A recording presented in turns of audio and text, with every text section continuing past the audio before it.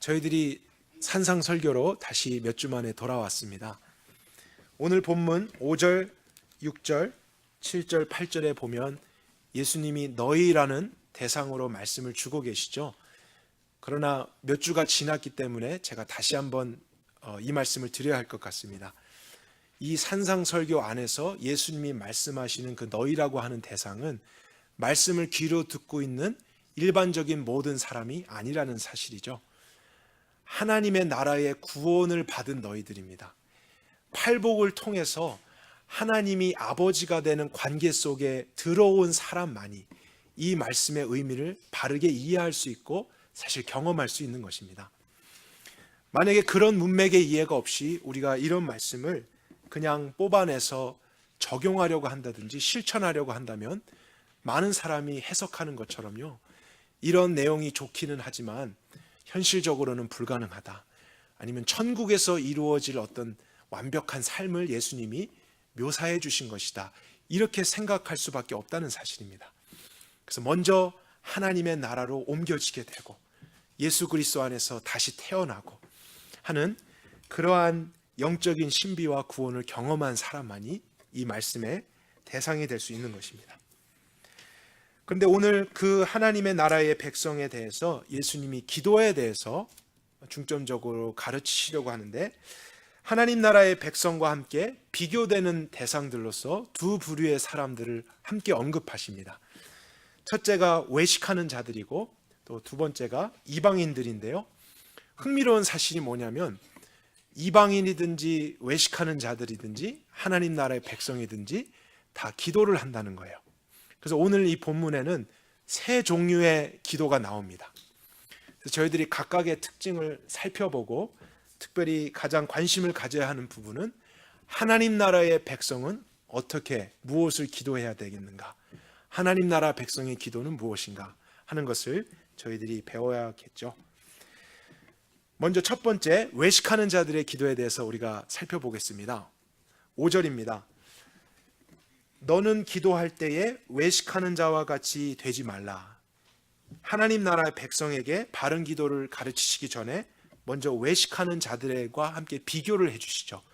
그들은 어떻게 하냐면 사람에게 보이려고 회당과 큰 길 모퉁이에 서서 기도하기를 좋아한다. 우리가 무엇을 알 수 있나요? 이 사람들은 기도의 내용 아니면 기도 자체보다는 기도의 방법에 더 신경을 쓰고 있다는 것을 발견합니다. 그러니까 기도의 본질이 되는 보이지 않는 정신이라든지 마음이라든지 믿음이라든지 하나님과의 관계라든지 이런 것을 더 치중하고 생각하기보다 겉으로 보여지는 외형과 나의 외모, 기도를 하고 있는 내가 지금 어떤가, 이런 것에 더 많은 치중을 하고 있는 사람들이죠. 근데 예수님이 이런 외식하는 사람들이 서기관들과 바리새인들, 종교 지도자들이라고 이야기했습니다.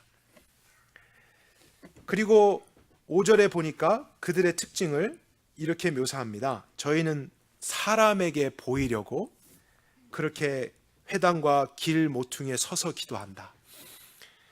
그런데 이것과 비교해서 우리 잠깐 하나님 나라 백성의 기도의 모습을 보면 6절을 살펴볼까요? 그러나라고 하는 단어로 이제 차이점을 말씀하시죠. 너는, 하나님 나라 백성은 기도할 때 골방에 들어가 문을 닫고 은밀한 중에 계신 내 아버지께 기도하라. 은밀한 중에 보시는 내 아버지께서 갚으시리라. 그러니까 무엇이 지금 비교가 됩니까? 외식하는 자들은 사람들이 나를 어떻게 보는가를 관심 있게 생각하지만요, 하나님 나라의 백성은 6절 후반부처럼 은밀한 중에 보시는 내 아버지, 하나님이 나를 어떻게 보실까를 더 관심 있게 생각하는 사람들이라는 거예요. 그러니까 기도를 할 때 관심이 사람에게 있지 않고 기도의 대상이 되는 하나님께 있는 사람, 그러한 마음, 그러한 본질을 지키는 사람들이 하나님 나라의 백성이어야 한다는 사실입니다. 근데 사실 이것은 당연합니다. 기도의 응답을 주시는 분은 누군가요? 사람인가요? 하나님인가요? 그러면 당연히 우리는 하나님이 나를 어떻게 보시고 하나님이 이 기도를 어떻게 생각하실까에 관심이 있어야겠죠.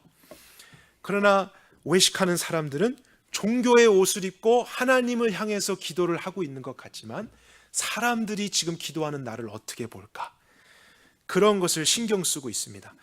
영적으로 본질을 놓치고 있고 하나님 나라의 원리에 대해서 눈이 어두워진 사람들이에요. 그러나 6절에서 말씀하신 것처럼 하나님 나라의 백성은 골방에 들어가고 그냥 은밀한 곳 들어가는 것뿐만 아니고 문까지도 닫으라 그랬습니다. 문도 닫고 그리고 은밀한 중에 계신 내 아버지께 기도하라. 그런데 제가 한 가지만 여러분과 나누고 싶은 것은 그렇다고 해서 하나님이 골방에서만 기도해야 된다라고 말씀하시는 것은 아닙니다. 지금 우리가 모인 이 장소에서 기도하는 것도 하나님은 기뻐하시고 또 하나님이 원하시는 방법일 수 있죠. 하나님이 골방에만 계시기 때문에 모든 사람들은 기도할 때 항상 골방에만 들어가야 하는 것은 아니죠.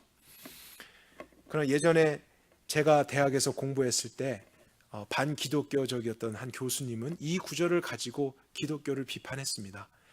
예수님도 기도할 때는 골방에서 하라고 했는데 기독교인들이 왜 공개적인 기도를 하느냐, 아니면 왜 함께 모여서 기도하느냐, 그것은 성경에 반대되는 것이다 하면서 비판을 할 때 무서운 사실은 그런 권위자가 학생들 앞에서 그런 이야기를 하니까 대부분의 젊은이들은 설득이 됐습니다. 그리고 고개를 끄덕이면서 굉장히 동의하는 분위기가 조성되는 것을 제가 생각했습니다.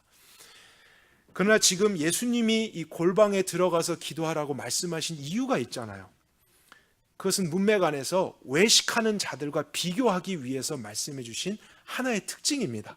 그것만이 지금 예수님이 이렇게 해야 된다라고 말씀하신 게 아니죠.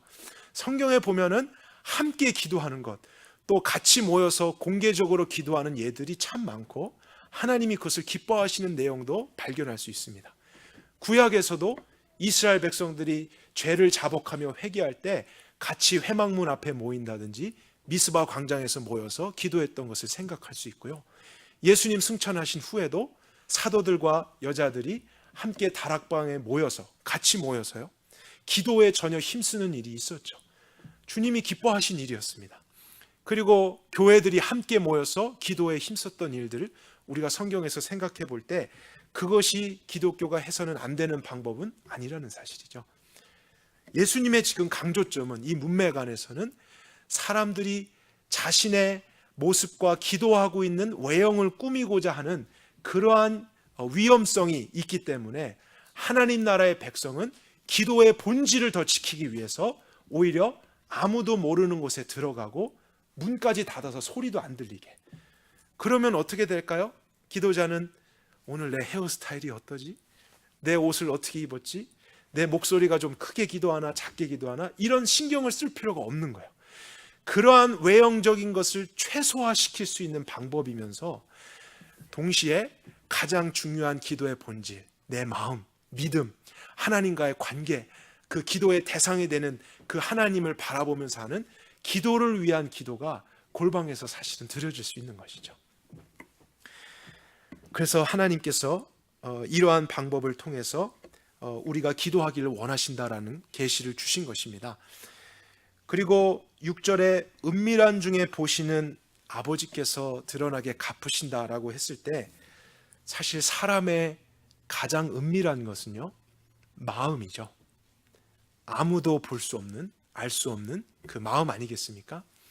그런데 보여지게도 가장 은밀한 방에 들어가서 문을 닫고 정말 이 마음을 지키면서 하나님이 원하시는 중심으로 기도를 드리고자 하면 사람들은 알지 못할 수 있죠. 그러나 은밀한 곳에 함께 하시면서 사람의 가장 은밀한 곳까지도 보실 수 있는 하나님은 그 기도를 기뻐하신다는 거예요. 그러니까 그러한 원리가 있는 것이죠. 사무엘상 16장 7절에 이런 말씀이 있습니다. 여호와께서 사무엘에게 이르시되 사울의 용모와 키를 보지 말라. 내가 이미 그를 버렸노라. 내가 보는 것은 사람과 같지 아니하니 사람은 외모를 보거니와 나 여호와는 중심을 보느니라. 이것이 하나님 나라의 가치관입니다. 보여지는 외형을 꾸미고 기도하고 있는 나, 사람들이 보고 있는 내가 중요한 게 아니고 사람들은 보지 못하지만 하나님이 보실 수 있는 이 본질이 되는 내 마음의 영혼의 상태, 믿음, 이것에 대해서 더 하나님께 바르게 기도하려고 하고 바른 자세를 가지려고 하고 그것을 추구하려고 할 때 그 기도가 하나님 나라에 합당한 것이 된다는 사실이죠. 그러나 안타까운 것은 외식하는 자들, 바리새인과 서기관들은 여호와 하나님의 이름을 부르면서 열심히 기도했었습니다. 그리고 그들은 구약의 말씀을 잘 알고 있었죠. 하지만 여전히 그들은 하나님의 나라와 관계없는 삶을 살고 있었고요. 자신의 의를 추구하면서 종교의 생활을 하고 있었던 것입니다. 그런데 여기서 자기의 의를 추구하다, 또 사람들이 나를 어떻게 보는가라는 그 관점을 우리가 살펴본다면요, 이것이 사실은 자기를 높이고 자기가 칭찬을 받는 태도라는 것을 생각해 볼 수 있죠. 그러니까 외식의 가장 무서운 점이 하나님께 돌아가야 될 영광을 내가 가로채는 것이라고 우리가 살핀 적이 있었습니다. 외식함으로써 사람들이 나를 칭찬해주고 나의 믿음을 인정해주는 그런 일들이 있기 때문에 자기의 만족, 자기의 유익을 위해서 하는 종교의 행위가 되는 것이죠. 근데 이것을 다른 말로 표현하면 외식은 곧 자기를 숭배하는 것입니다. 자기의 영광을 구하는 것이기 때문에 자아라고 하는 자기 자신을 숭배하는 태도가 되는 것이죠. 그래서 예수님이 이런 외식하는 자들을, 그들이 하나님의 이름도 부르고 성경도 알고 있지만 하나님을 전혀 모르는 이방인들과 같은 부류로 취급하셨습니다. 이방인들은 우상을 숭배하는 자들이잖아요. 그러나 외식하는 자들을 그들과 함께 말씀하신 이유가 바로 그들이 자기의 영광을 구하고 자기를 위해서 기도하고 또 자기를 나타내기 위해서 기도를 하는 자아 숭배의 마음이 있기 때문에, 그 죄가 있기 때문에 그들의 심판이 영원한 심판이다, 이런 경고까지도 하신 것이죠. 그러니까 이것은 비단 기도의 문제만은 아니라는 사실이에요. 그들의 신앙과 믿음의 본질이 어긋나 있고 하나님의 나라를 이해하지 못했기 때문에 그들은 스스로 열심을 내고 또 어떠한 영적인 활동을 하지만 하나님과 관계없는 자기 자신을 숭배하는 또 다른 형태의 종교의 행위를 하고 있는 것입니다. 두 번째로 이방인의 기도를 오늘 본문에서 한번 살펴보겠습니다. 7절에 있는 그 내용을 함께 볼까요? 너희가 기도할 때에, 여기서 너희도 하나님의 나라의 백성이고 비교의 대상으로 이방인을 말씀하시죠. 중언부언하지 말라. 저희는 말을 많이 하여야 들으실 줄 생각하느니라. 일단 중요한 발견은요, 이방 종교를 가진 다른 신을 숭배하는 사람들도 기도를 한다는 사실을 우리가 발견하게 됩니다. 그러니까 기도라고 하는 것은 꼭 하나님을 믿고 구원을 받은 사람들만 하는 행위는 아니라는 사실이에요. 보편적으로 모든 종교에 기도의 형태가 있습니다. 그들도 자신이 믿는 신에게 기도라는 것을 한다는 것이죠. 그러나 중요한 것은, 그래서 기도를 하는 그 행위 자체가 어떤 그 사람의 구원을 받은 증거가 될 수는 없다는 거예요. 왜냐하면 구원을 받지 못했고 구원과 관계없는 이방 종교를 믿는 사람도 기도를 하고 있고 때로는 열심히 기도도 하기 때문에 꼭 기도를 하는 것이 우리의 믿음의 결정적인 증거가 될 수는 없을 수 있습니다. 하나님의 나라 백성이라면 기도를 하지만 다른 기도, 바른 기도, 하나님이 알려주신 원리에 따르는 그런 기도가 있어야 하는 것이죠. 그것에 대해서 이제 비교하시면서 첫 번째 특징으로 말씀하신 것이 7절에 이방인의 기도는 중언부언하는 기도라고 말씀하셨어요. 이 중언부언하다라는 원래 단어의 의미는 의미 없는 반복적인 표현을 사용하다, 이런 뜻입니다. 영어로는 meaningless repetition 아니면 vain repetition으로 돼 있어요. 그러니까 어떤 단어나 문장 표현을 계속 반복해서 하는 기도의 형태입니다. 그래서 다른 종교에서는 이런 식으로 어떤 한 가지의 단어나 문장을 계속 반복하면서 기도를 할 때 그런 영적인 행위를 통해서 신비한 것을 체험한다든지 아니면 어떤 주술적인 행위를 통해서 응답을 받게 되는 그런 교리가 있는 것이죠. 그것이 이방 종교에 있는 기도의 형태입니다.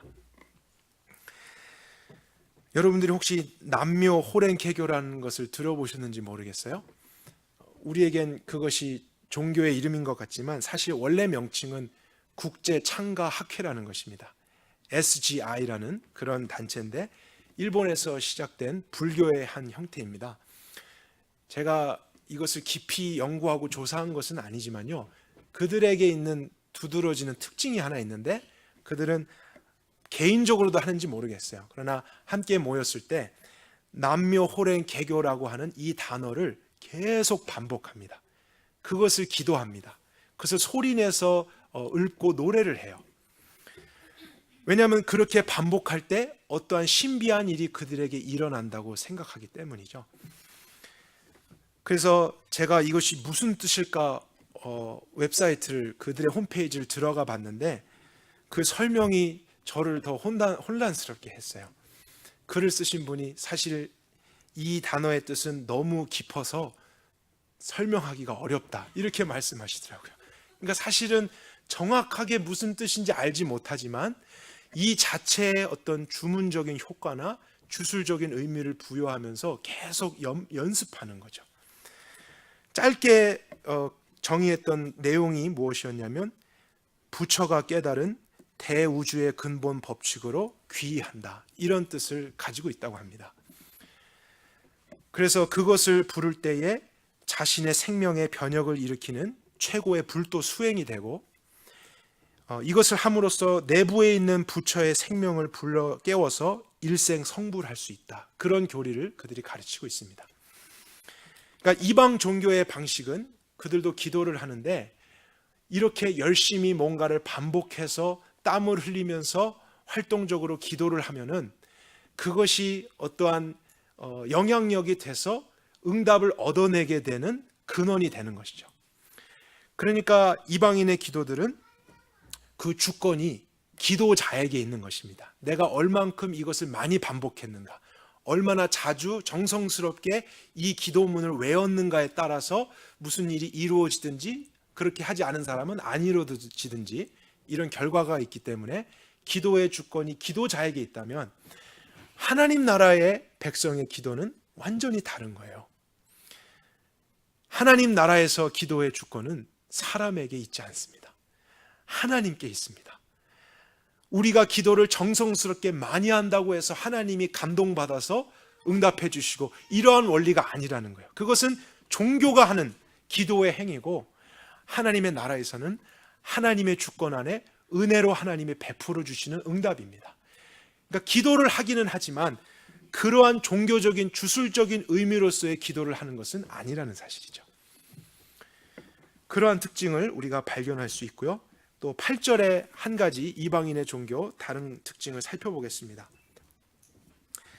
그러므로 저희를 본받지 말라. 여기서 말하는 저희도 앞에 있는 이방인들이죠. 너희가 구하기 전에 너희에 있어야 할 것을 너희 아버지는 아시기 때문이다.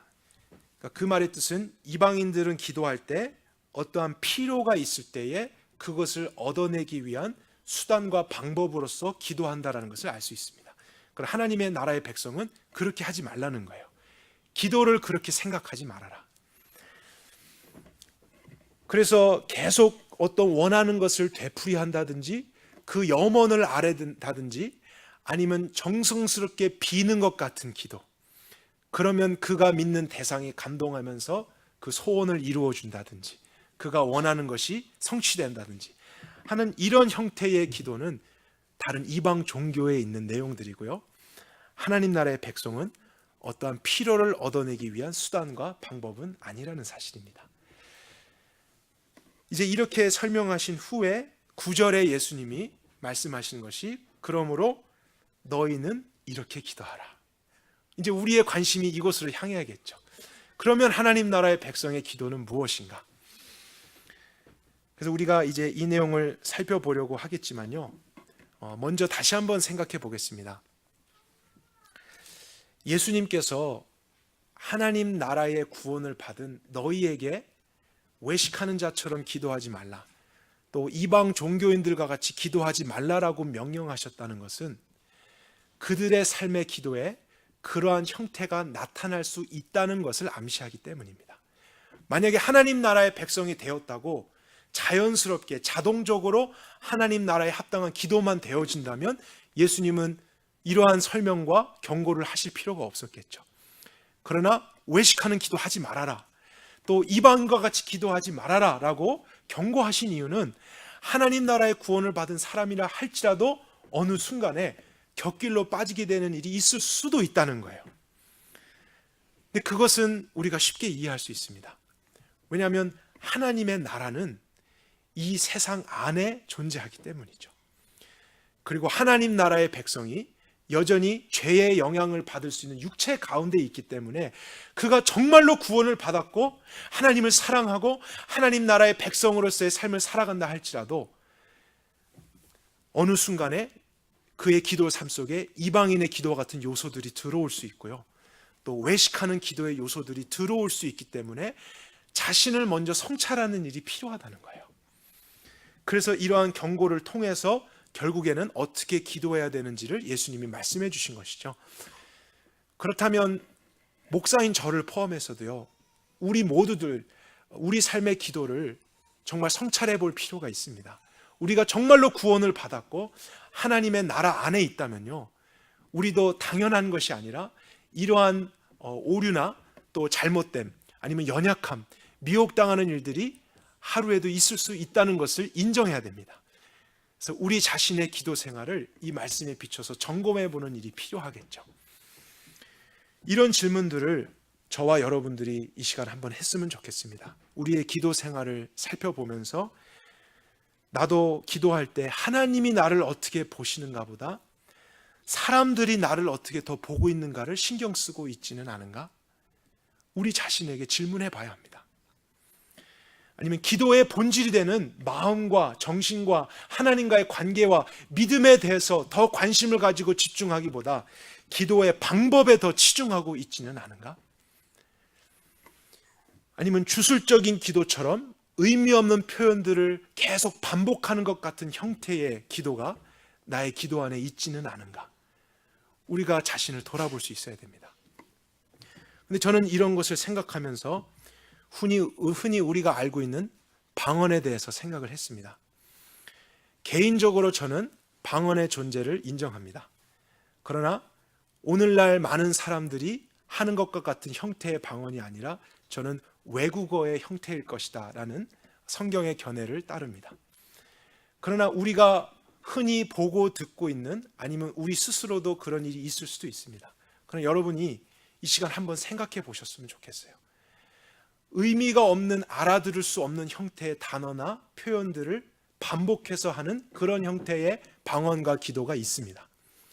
그런데 그것을 계속 하게 될 때 그 기도자가 생각하는 것이 내가 더 영적인 기도를 하고 있다, 아니면 보통 말로 하는 것보다 이런 형태의 방언의 기도를 하면 더 뭔가 신비한 것이 이루어진다든지 힘이 생긴다든지 어떤 것을 체험한다든지 하는 이러한 의미를 부여하면서 기도하고 있지는 않은가 하는 생각이에요.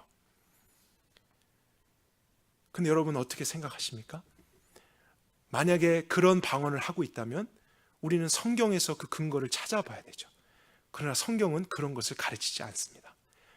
그러한 의미를 알 수 없는 단어나 문장을 계속 반복하고 그것을 1시간 동안 할 때 뭔가 나는 신비로운 것을 체험한 것 같고 그런 기도를 드렸을 때 하나님께 더 가까이 간 것 같은 그런 자기의 생각이 있을 수 있지만 성경에서 말하는 것은 오히려 중언부언하지 말라는 거예요.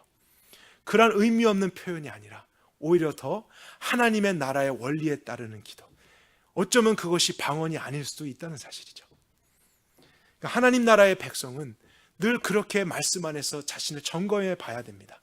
그러한 구원을 받았을지라도 잠시 미혹이 되거나 잘못된 생각과 이해 속에서 그런 형태의 기도가 있을 수 있기 때문에 정말로 하나님의 나라에 속했다면 그 사람은 부드러운 마음으로 자신을 고칠 줄 알아야 됩니다.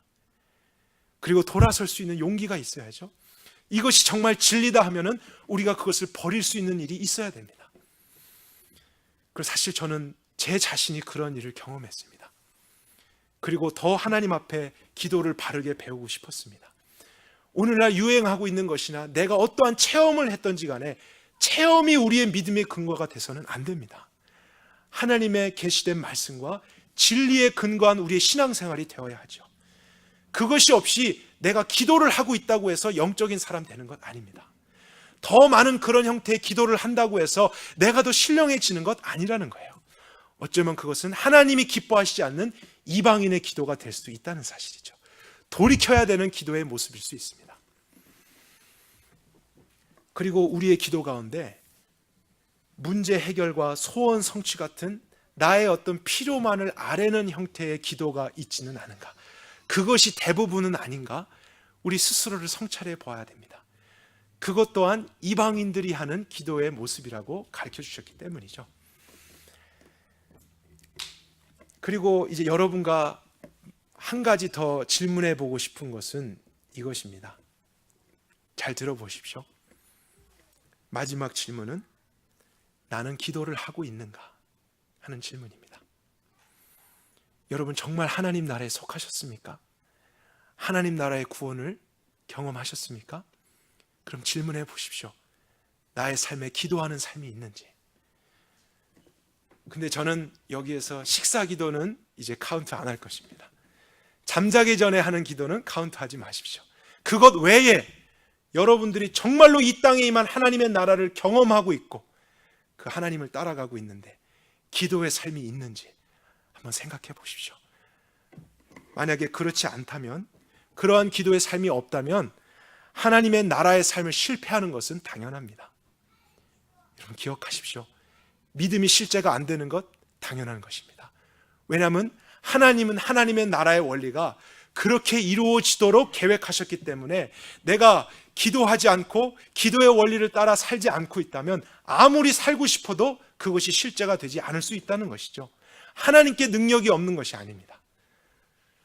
내가 뭔가 어긋난 잘못이 있는 것이죠. 기도를 바르게 이해하지 못했기 때문일 수 있습니다. 아니면 기도를 하고 있지 않는 사람이라면 그는 최소한 바리새인과 이방인들보다도 못한 사람이라는 뜻입니다. 여러분 잘 들어보십시오. 예수님이 그렇게 책망하신, 너희들은 지옥에 가겠다라고 말씀하신 바리새인과 이방인들인데 그들도 기도를 했어요.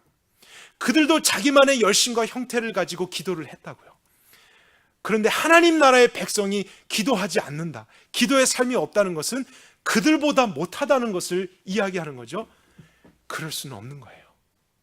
그러한 하나님의 나라의 삶, 그런 하나님 나라의 구원은 없습니다.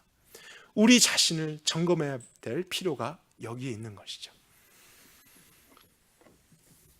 그래서 예수님이 이렇게 말씀하신 다음에 이제 하나님 나라의 백성의 기도에 대해서 이야기해 주십니다. 9절부터 있는 내용, 우리가 먼저 9절부터 13절까지를 한번 함께 합독하도록 하겠습니다. 전체를 시작. 그러므로 너희는 이렇게 기도하라. 하늘에 계신 우리 아버지여, 주의 이름이 거룩히 여김을 받으시오며 주의 나라가 임하옵시며 주의 뜻이 하늘에서 이룬 것 같이 땅에서도 이루어지리이다. 오늘도 우리에게 일용할 양식을 주옵시고 우리가 우리에게 빚진 자를 사하오니 우리의 빚도 사하여 주옵시고 우리를 시험에 들게 하지 마옵시고 다만 그 악한 자에게서 구하여 주옵소서. 이는 나라와 능력과 영광이 아버지께 영원히 있음이니이다. 아멘. 일반적으로 주기도문으로 알려진 내용이죠. Lord's Prayer라고 알려져 있습니다. 하지만 문맥을 통해서 저희들이 생각해 보니까 사실 이것의 명칭이 주기도문이 돼야 되는 것이 아니라 하나님 나라 백성의 기도, 이렇게 이름되어야 마땅하다는 것을 생각하게 됩니다. 왜냐하면 이 기도는 주님의 기도가 아니기 때문이에요. 예수님이 하시는 기도가 아니라 예수님이 하나님 나라에 속한 백성들에게 이렇게 기도하라라고 가르치시고 명령하신 내용이기 때문에 하나님 나라의 백성의 기도가 돼야 하는 것이죠. 그래서 주기도문 하면 우리가 그 어감에서 의미를 명확하게 생각하지 못할 수 있습니다. 그러나 이제 일반적으로 너무 주기도문으로 알려져 있기 때문에 저도 설교를 할 때는 그렇게 이름을 하겠습니다. 하지만 여러분들 안에는 다르게 생각하실 수 있기를 제가 말씀드립니다. 우리 전수성경에도 주기도문이 기록되어 있습니다. 창세기 앞에 있는 부록편 같은 데를 보면은 주기도문이 있는데요. 거기에 뭐라고 제목이 되어 있는지 한번 찾아보시겠습니까?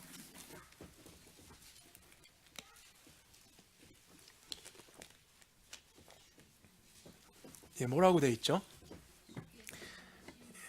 얼마나 좋은 제목입니까? 주님이 명령하신 우리의 기도죠. 주님의 기도가 아닙니다. 영어로도 our prayer, Lord taught. 주님이 가르치신 우리의 기도, 우리가 드려야 될 기도. 근데 제가 여기서 조금 더 강조하고 싶은 것은 이 우리마저도 명확하게 하자는 것이죠. 그냥 아무나가 아니라 하나님 나라에 들어온 우리죠. 그 구원을 경험한 우리. 사실 그들만이 하나님을 아버지라고 부를 수 있고요. 이 기도의 내용을 이해할 수 있기 때문에 하나님 나라의 백성의 기도, 이렇게 이해하는 것이 저희들에게 좋을 것입니다. 산상설교는 3장에 걸쳐서 있죠. 그런데 이 주기도문을 보면은 이 산상설교의 가장 중심에 위치해 있다는 것을 발견할 수 있습니다. 어쩌면 흐름적으로 중요한 의미를 가질 수 있겠다 생각해 볼 수 있고요. 또 가장 중요한 문맥 속에 있는 것도 저희들이 쉽게 발견할 수 있어요. 하나님 나라의 삶에 가장 치명적인 적이 되는 것이 외식이라고 우리가 몇 주 전에 살펴보았었죠. 그래서 지금 6장과 7장의 외식에 대한 말씀이 경고가 계속 나오고 있는데 그 중간에 갑자기 하나님 나라 백성의 기도를 가르쳐 주고 계세요. 그렇다면 하나님의 나라의 삶을 사는 가장 치명적인 적과 대항해서 어쩌면 그 나라의 삶을 실질적으로 살 수 있도록 돕는 영적인 은혜가 이 기도 안에 있을지 모른다는 사실이죠. 그렇기 때문에 주기도는 너무나 중요한 것입니다. 그냥 예배 마침용으로만 여겨져서는 안 될 것이죠. 그래서 저와 여러분이 일단은 이 주기도문의 중요성을 우리가 바르게 세울 수 있었으면 좋겠습니다. 어떤 모임을 끝날 때나 예배 마침용으로 주기도문을 하고 마치겠습니다, 이런 식으로 우리가 생각하지 말고요, 하나님 나라의 백성이다, 하나님의 그 구원을 경험해 가고 있다면 이것이 사실 오늘날 내가 드려야 될 가장 중요한 기도가 되어야 된다는 생각입니다. 더 매일매일 주님이 가르쳐 주신 기도에 따라서 우리가 기도하는 것이 필요하겠죠. 누가복음 11장 1절과 4절에 보면 예수님이 똑같은 이 기도를 제자들에게 가르쳐 주신 내용이 있습니다. 그런데 마태복음과 누가복음에 있는 그 주기도문을 두 가지를 비교해 보면 글자나 어떤 그 문장 형태가 완벽하게 일치는 하지 않고요, 조금씩 차이가 있는 것을 보게 됩니다. 특히 누가복음에 있는 주기도문은 마태복음 것보다 조금 더 짧습니다. 그리고 단어 몇 개가 다르게 사용되었습니다. 이러한 성경 안에서의 증거를 가지고 우리가 생각을 해보면 이제 중요한 내용을 알 수 있습니다. 그것은 주기도문의 내용을 글자 하나 빠뜨리지 않고 정확하게 암송하는 것 자체가 중요한 것은 아니라는 사실이에요. 다시 한번 말씀드립니다. 주기도문 자체에 어떠한 신비한 능력이 있어서 그 단어나 표현 자체를 정확하게 암송해야지만 우리에게 어떤 일이 일어난다, 이런 의미로 예수님이 기도를 가르쳐 주신 것은 아니라는 사실입니다. 만약 그 기도문 자체가 너무 중요한 것이라면 마태복음과 누가복음의 기도문은 정확하게 똑같아야만 합니다. 그래야 혼돈이 없겠죠. 그리고 만약에 그 기도문 자체가 신비한 능력이 있는 것이라면 우리는 영어나 한글로 된 주기도문을 암송해서는 안 됩니다. 원어로 암송해야겠죠. 예수님은 이 언어로 말씀하시지 않았기 때문입니다.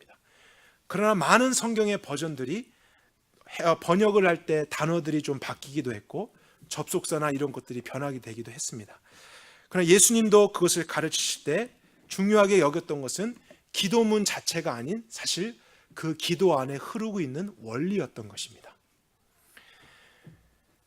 그래서 하나님은 하나님 외에 어떤 것 자체가 우상시 여기거나 숭배되는 것을 매우 싫어하십니다. 예를 들면 성막 같은 것, 법궤 같은 것, 또 성경의 원문 같은 것도 그런 이유에서 하나님이 없어지게 하셨다라고 저는 생각합니다. 그러나 주기도문 자체도 우상시 될 수 있는 가능성이 있다는 거예요. 예수님이 가르쳐 주신 기도, 제일 중요한 것이니까 우리가 정확하게 암송해서 매일 예배 때마다 이 기도문을 그냥 암송하는 것. 그러나 그 내용을 정확하게 알고 암송하는 것이 너무나 좋죠. 중요한 것이지만요, 그렇게 하다가 우리는 또다시 외식에 빠질 수 있다는 거예요. 이 기도문을 암송하고 있으니까 어떤 일이 일어날 것처럼 생각할 수도 있다는 사실이죠. 주기도문을 액자로 해서요, 여러분의 방에 걸어놓는다고 해서 그 방이 더 거룩해지는 것은 아닙니다. 그런 효력이 있는 기도문이 아니라는 사실이에요. 내가 어떤 문제가 있을 때 기도문을, 주기도문을 100번 정도, 1000번 정도를 계속 되풀이하면 문제도 해결되고 병도 낫고 귀신도 떠나가고, 이러한 신비한 능력이 있는 주술적인 기도문이 아니라는 사실이에요.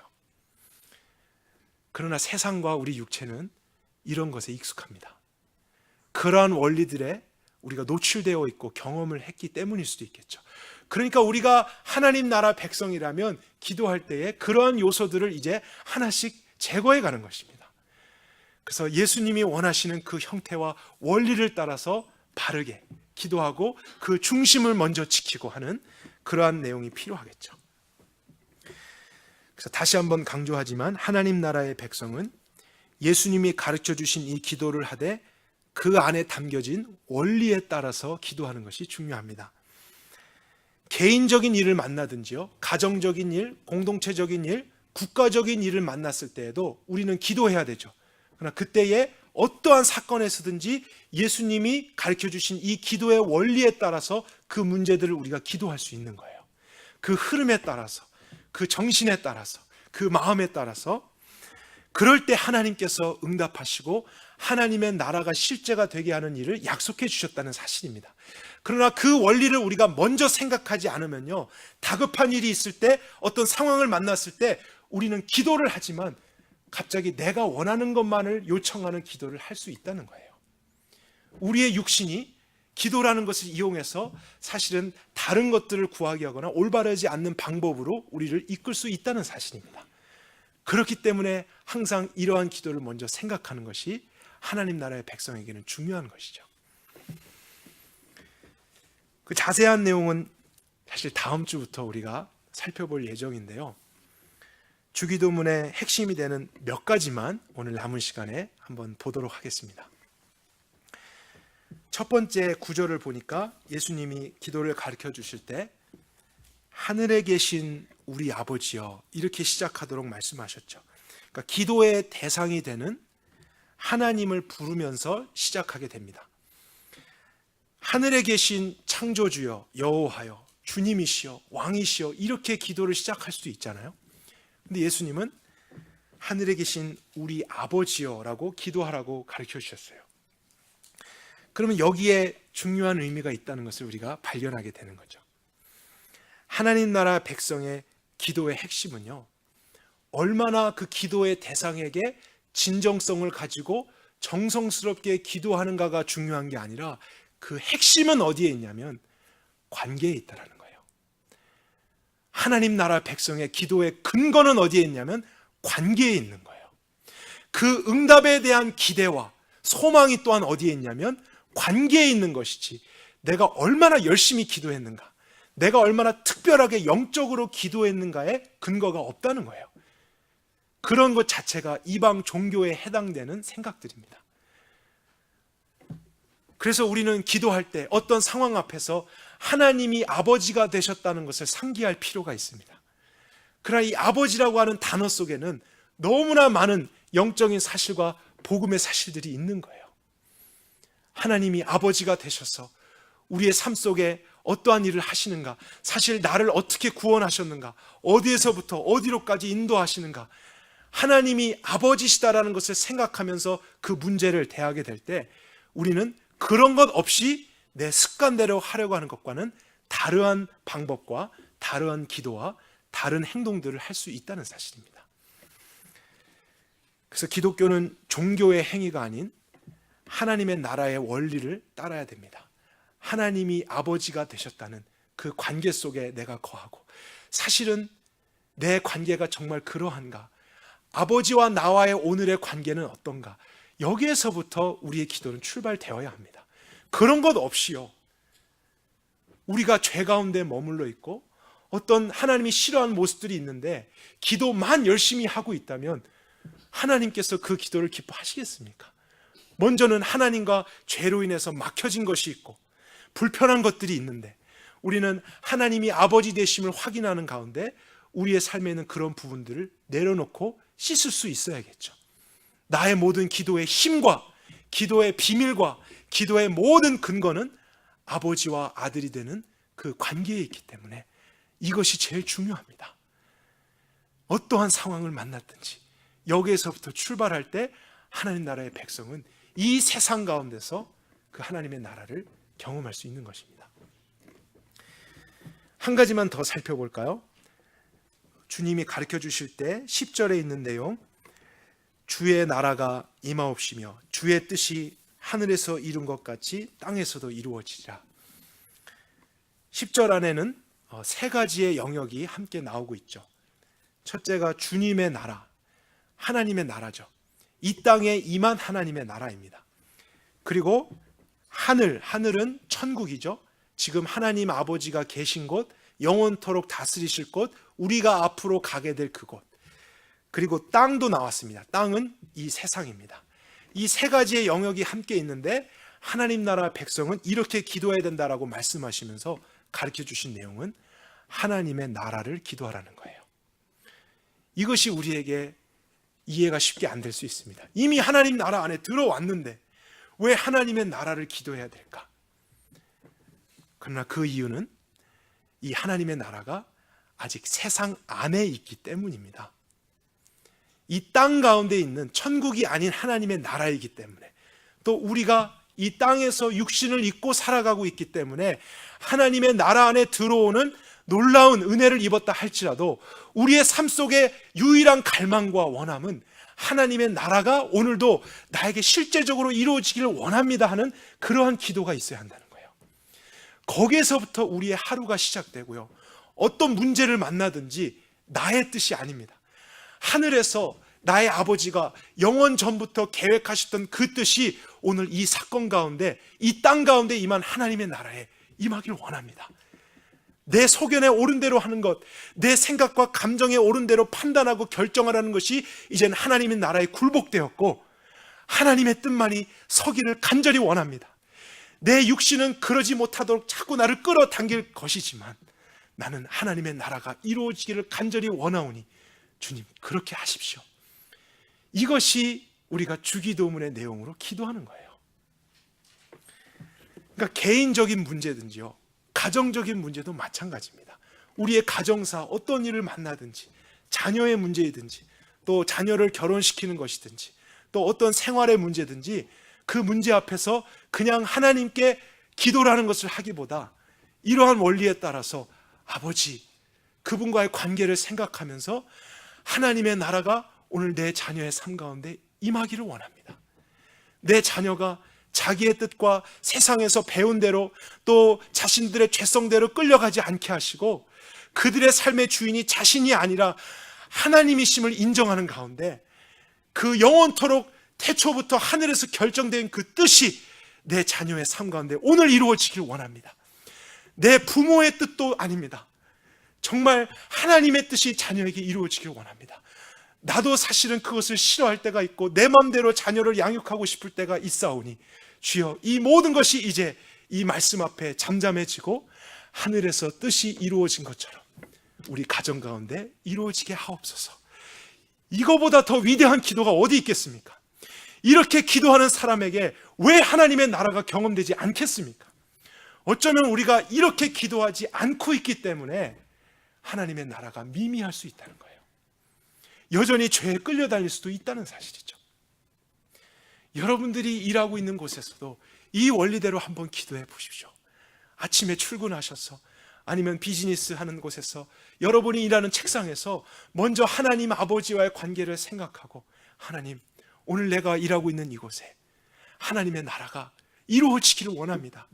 내 책상에서 나의 뜻이나 내 경험에 근거한 어떤 것으로 그냥 일상적으로 살지 않게 하시고 내 동료들의 생각, 다른 많은 조언들, 상사의 그런 분위기, 이런 것에 따라서 내가 죄의 성향대로 끌려다니지 않게 하시고 하나님의 뜻이 하늘에서 이루어진 것 같이 오늘 나의 비즈니스 안에, 나의 일터 안에 이루어지기를 간절히 소원합니다.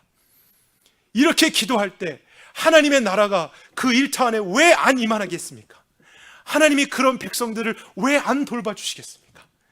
오히려 그렇게 기도하며 하나님의 나라를 역동적으로 경험하고 있는 사람들을 통해서 세상이 빛을 보게 되는 것이죠.